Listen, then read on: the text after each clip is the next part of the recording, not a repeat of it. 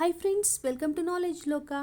Friends, Hindu ಸಂಪ್ರದಾಯದಲ್ಲಿ ಮದುವೆಯಾದಂತಹ ಪ್ರತಿಯೊಬ್ಬ ಮಹಿಳೆ ಮಾಂಗಲ್ಯವನ್ನು ಧರಿಸ್ತಾಳೆ. ಹಾಗೆ ಆಕೆಗೆ ಅದು ಅತ್ಯಮೂಲ್ಯವಾದಂತಹ ಆಭರಣನೂ ಕೂಡ ಆಗಿರುತ್ತೆ. ಇಲ್ಲಿ ಆಭರಣ ಅನ್ನೋದಕ್ಕಿಂತ ಆಕೆಯ ಒಂದು ಶಕ್ತಿ ಆಗಿರುತ್ತೆ. ಆದರೆ ಈಗಿನ ಕಾಲದಲ್ಲಿ ಕೆಲವು ಹೆಂಗಸರು ಮಹಿಳೆಯರು ಫ್ಯಾಷನ್ ಅನ್ನೋ ಹೆಸರಲ್ಲಿ ಮಾಂಗಲ್ಯವನ್ನು ಧರಿಸೋದೇ ಇಲ್ಲ. ಪಾಪ ಗೊತ್ತಿರಲ್ಲ ಅನಿಸುತ್ತೆ ಮಾಂಗಲ್ಯದ ಮಹತ್ವ. ಅಟ್ಲೀಸ್ಟ್ ಇಂತಹ ವಿಡಿಯೋಗಳನ್ನಾದರೂ ನೋಡಿ ಅವರು ಕೂಡ ಮಾಂಗಲ್ಯದ ಮಹತ್ವವನ್ನು ತಿಳಿದುಕೊಂಡು ಅವರು ಕೂಡ ದಿನನಿತ್ಯ ಪ್ರತಿನಿತ್ಯ ಮಾಂಗಲ್ಯವನ್ನು ಧರಿಸುವಂತಾಗಲಿ ಅಂತ ಹಾರೈಸ್ತೀನಿ. ಇವಾಗ ಮನೆಯಲ್ಲಿರುವಂತಹ ಗೃಹಿಣಿಯರಿಗೂ ಕೂಡ ಮದುವೆಯಾದಂತಹ ಎಷ್ಟೋ ಹೆಣ್ಣು ಮಕ್ಕಳಿಗೆ ಮಾಂಗಲ್ಯದ ಬಗ್ಗೆ ಗೊತ್ತಿರಲ್ಲ. ಎಷ್ಟೋ ವಿಚಾರಗಳಿದೆ ಮಾಂಗಲ್ಯದ ಬಗ್ಗೆ. ಮಾಂಗಲ್ಯ ಅಂತ ಅನ್ನೋದು ಬಹಳ ಪವಿತ್ರವಾದದ್ದು.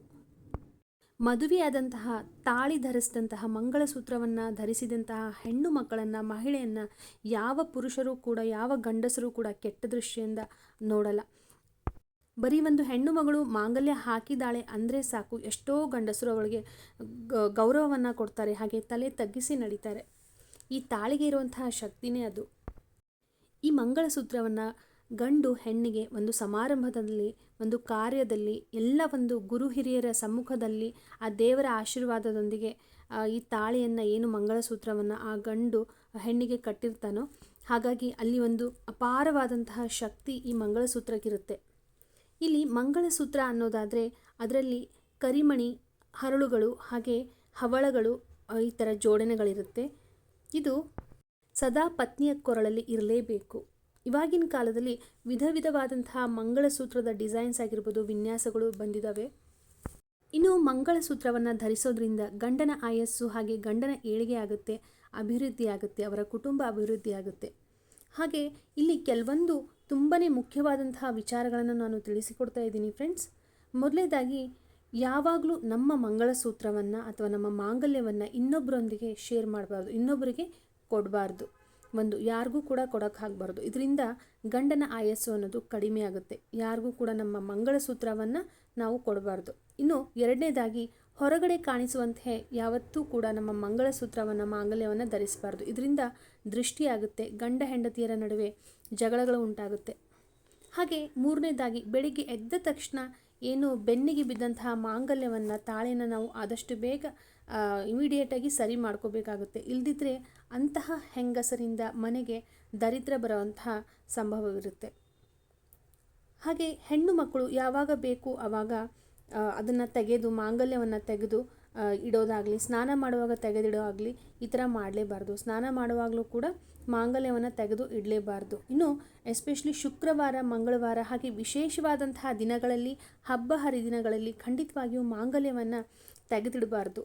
ಇದರಿಂದ ಗಂಡನ ಆಯಸ್ಸು ಅನ್ನೋದು ಕಮ್ಮಿ ಆಗುತ್ತೆ.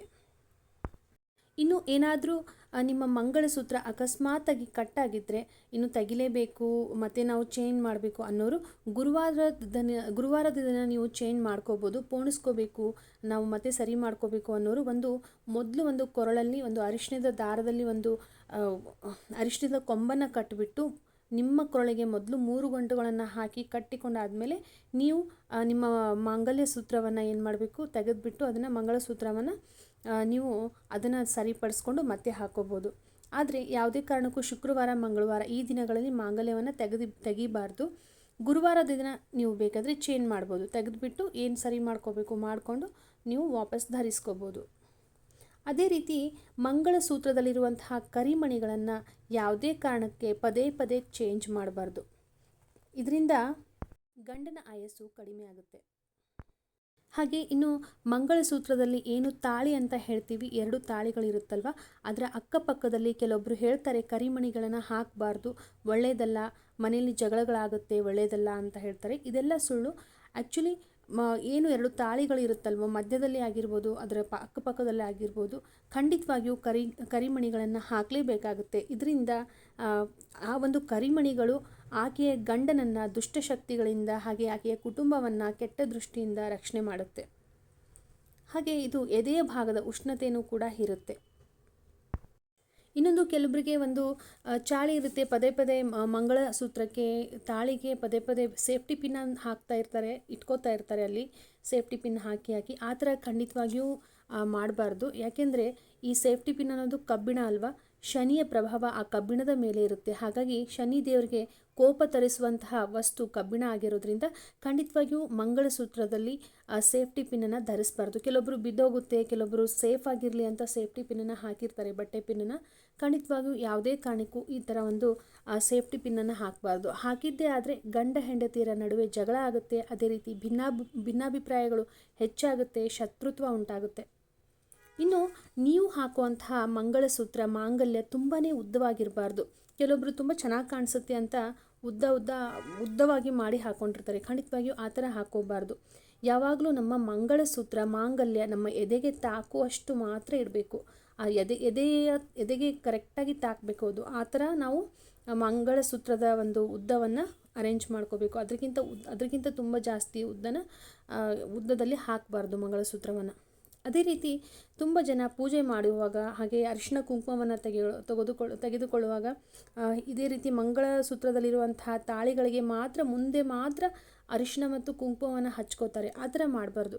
ಯಾವಾಗಲೂ ತಾಳಿಯ ಮುಂಭಾಗದಲ್ಲಿ ಏನು ಅರಿಶಿಣ ಕುಂಕುಮವನ್ನು ಹಚ್ತಿರೋ ಅದೇ ರೀತಿ ತಾಳಿಯ ಹಿಂಭಾಗದಲ್ಲೂ ಕೂಡ ಅರಿಶಿಣ ಕುಂಕುಮವನ್ನು ಹಚ್ಚಬೇಕಾಗುತ್ತೆ.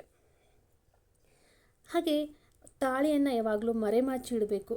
ಎಲ್ರಿಗೂ ಕಾಣೋ ಹಾಗೆ ಮೇಲ್ಗಡೆ ಹಾಕ್ಕೊಂಡು ಅದು ಒಂದು ಆಭರಣ ಥರ ಮೇಲ್ಗಡೆ ಹಾಕ್ಕೊಂಡು ಯಾವಾಗಲೂ ಅಡ್ಡಾಡಬಾರ್ದು. ಆದಷ್ಟು ನಿಮ್ಮ ತಾಳಿಯನ್ನು ಮರೆಮಾಚಿಕೊಂಡು ಇರಬೇಕಾಗುತ್ತೆ, ಒಳಗಡೆ ಹಾಕ್ಕೊಂಡು ಇರಬೇಕಾಗುತ್ತೆ. ಯಾಕೆಂದರೆ ನೀವೇನಾದರೂ ಈ ಥರ ಎಲ್ರಿಗೂ ಕಾಣೋ ಥರ ತಾಳಿಯನ್ನು ಹಾಕಿದ್ದೇ ಆದರೆ ಮನೆಯಲ್ಲಿ ನಿಮ್ಮ ಗಂಡ ಹೆಂಡತಿರ ನಡುವೆ ಕಲಹಗಳಾಗುತ್ತೆ, ಹಾಗೆ ಗಂಡನ ಆಯಸ್ಸು ಕಡಿಮೆ ಆಗುತ್ತೆ, ಕುಟುಂಬದಲ್ಲಿ ಒಂದು ನೆಮ್ಮದಿ ಅನ್ನೋದು ಇರಲ್ಲ.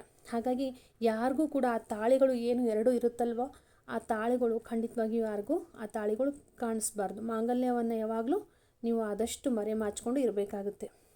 ಇಲ್ಲಿ ಕರಿಮಣಿ ಅನ್ನೋದು ಶಿವನ ಸ್ವರೂಪ ಆಗಿದೆ. ಅದೇ ರೀತಿ ಅರಿಶಿಣದ ದಾರ ಅನ್ನೋದು ಪಾರ್ವತಿಯ ಸ್ವರೂಪ ಆಗಿದೆ. ಹಾಗಾಗಿ ಈ ಕರಿಮಣಿ ಹಾಗೂ ಅರಿಶಿಣ ದಾರವನ್ನು ಜೋಡಿಸಿ ನಾವು ಹಾಕೋದ್ರಿಂದ ಶಿವ ಪಾರ್ವತಿಯರ ಆಶೀರ್ವಾದ ನಮ್ಮ ಮಾಂಗಲ್ಯಕ್ಕಿರುತ್ತೆ. ಹಾಗಾಗಿ ವೈವಾಹಿಕ ಜೀವನವೂ ಕೂಡ ಅರ್ಧನಾರೀಶ್ವರರ ಹಾಗೆ ನಮ್ಮ ಜೀವನವೂ ಕೂಡ ಸುಖಮಯವಾಗಿರುತ್ತೆ. ಹಾಗೆ ಫ್ರೆಂಡ್ಸ್, ಕೊನೆಯದಾಗಿ ತಾಳಿಯನ್ನು ಅಥವಾ ಮಂಗಳಸೂತ್ರವನ್ನು ಧರಿಸೋದಕ್ಕೆ ಕೆಲವೊಂದು ವೈಜ್ಞಾನಿಕ ಕಾರಣಗಳಿದ್ದಾವೆ. ಅವು ಯಾವುದು ಅನ್ನೋದಾದರೆ, ಮೊದಲನೇದಾಗಿ ನಾವು ತಾಳಿಯನ್ನು ಮಂಗಳಸೂತ್ರವನ್ನು ಧರಿಸೋದ್ರಿಂದ ನಮ್ಮಲ್ಲಿರುವಂತಹ ರೋಗ ನಿರೋಧಕ ಶಕ್ತಿಯ ಹೆಚ್ಚಳ ಆಗುತ್ತೆ. ಹಾಗೆ ನಮ್ಮ ಎದೆಯ ಉಷ್ಣತೆ ಕಮ್ಮಿ ಆಗುತ್ತೆ, ನಮ್ಮ ದೇಹದಲ್ಲಿರುವಂತಹ ಉಷ್ಣತೆ ಕಡಿಮೆ ಆಗುತ್ತೆ. ಹಾಗೆ ನಮ್ಮ ದೇಹದಲ್ಲಿರುವಂತಹ ರಕ್ತದ ಹರಿವು, ಹೆಣ್ಣು ಮಕ್ಕಳ ಮೈ ಮೇಲೆ ಹೋಗ್ತಾ ಇರುತ್ತಲ್ವ ರಕ್ತ, ಏನೋ ಒಂದು ಮುಟ್ಟಿನ ಸಂದರ್ಭದಲ್ಲಿ ಅಂತಹ ಒಂದು ರಕ್ತದ ಹರಿವು ನಿಯಂತ್ರಣಕ್ಕೆ ಬರುತ್ತೆ. ಹಾಗೆ ರಕ್ತದೊತ್ತಡನೂ ಕೂಡ BP ಅಂತ ಹೇಳ್ತೀವಿ, ರಕ್ತದೊತ್ತಡನೂ ಕೂಡ ನಿಯಂತ್ರಣಕ್ಕೆ ಬರುತ್ತೆ. ಸೊ ಫ್ರೆಂಡ್ಸ್, ಇದು ಇವತ್ತಿನ ಮಂಗಳಸೂತ್ರದ ಬಗೆಗಿನ ಸಂಪೂರ್ಣವಾದ ಮಾಹಿತಿಯಾಗಿತ್ತು. ಐ ಹೋಪ್ ನಿಮಗೆಲ್ಲ ನನ್ನ ಮಾಹಿತಿ ಇಷ್ಟ ಆಗಿದೆ ಅಂತ ಭಾವಿಸ್ತೀನಿ. ಸ್ವಲ್ಪನಾದರೂ ನನ್ನ ಈ ಒಂದು ಮಂಗಳಸೂತ್ರದ ಮಾಹಿತಿ ನಿಮಗೆ ಇಷ್ಟ ಆದರೆ, ಉಪಯುಕ್ತವಾದರೆ ದಯವಿಟ್ಟು ನನ್ನ ಚಾನಲ್ನ ಸಬ್ಸ್ಕ್ರೈಬ್ ಮಾಡಿ, ಲೈಕ್ ಮಾಡಿ, ಶೇರ್ ಮಾಡಿ, ಹಾಗೆ ಕಾಮೆಂಟ್ಸ್ ಮೂಲಕ ತಿಳಿಸಿ ಸಪೋರ್ಟ್ ಮಾಡಿ. ಮತ್ತೆ ಸಿಗ್ತೀನಿ ಇನ್ನೊಂದು ಒಳ್ಳೆಯ ಅದ್ಭುತವಾದಂತಹ ಉಪಯುಕ್ತವಾದಂತಹ ವಿಡಿಯೋದೊಂದಿಗೆ. ಅಲ್ಲಿಯವರೆಗೂ ಎಲ್ರಿಗೂ ಟೇಕ್ ಕೇರ್ ಆ್ಯಂಡ್ ಬಾಯ್.